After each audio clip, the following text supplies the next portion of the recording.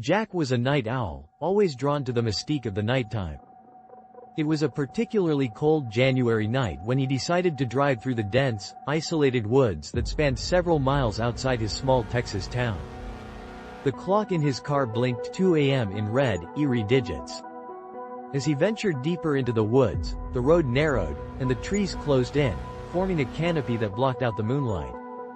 The only illumination came from Jack's headlights, cutting through the pitch-black darkness like a knife. The radio was static, and the GPS showed no signal. Out of the corner of his eye, Jack saw a shadow dart across the road. He slammed on the brakes, heart pounding.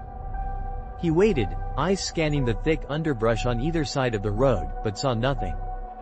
Taking a deep breath, he dismissed it as a trick of the darkness and continued driving, albeit more cautiously. A few minutes later, his car's engine began to sputter.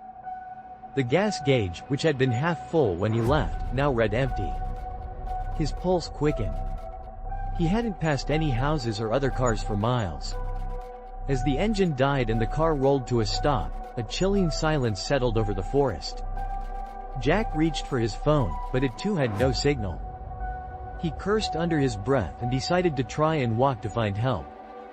As he stepped out of the car, the cold air bit into his skin, and the silence was so profound it seemed to press against his ears.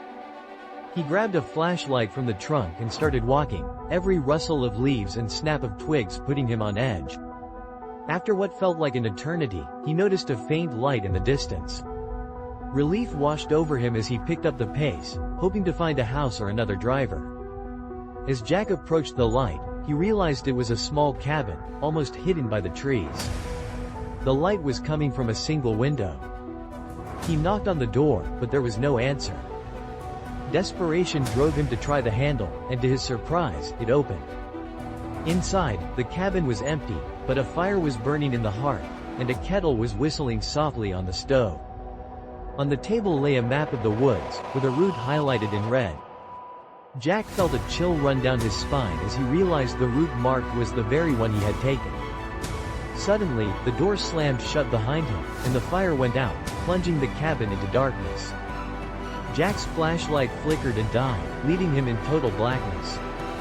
He could hear his own breathing, rapid and shallow, as he fumbled for his phone. When he turned it on, the screen displayed a single message. "Turn back." The hairs on Jack's neck stood on end. He turned to leave, but the door was locked. Panicking, he banged on it, yelling for help. As his eyes adjusted to the darkness, he saw shadows moving around him, whispering indistinctly. Realizing he was not alone, Jack backed into a corner, heart pounding in his chest. The whispers grew louder, more insistent. Turn back, and then, just as suddenly as it had started, everything went silent. The door creaked open, and the fire in the hearth rekindled. Jack didn't waste a moment. He bolted out of the cabin, running faster than he ever had before.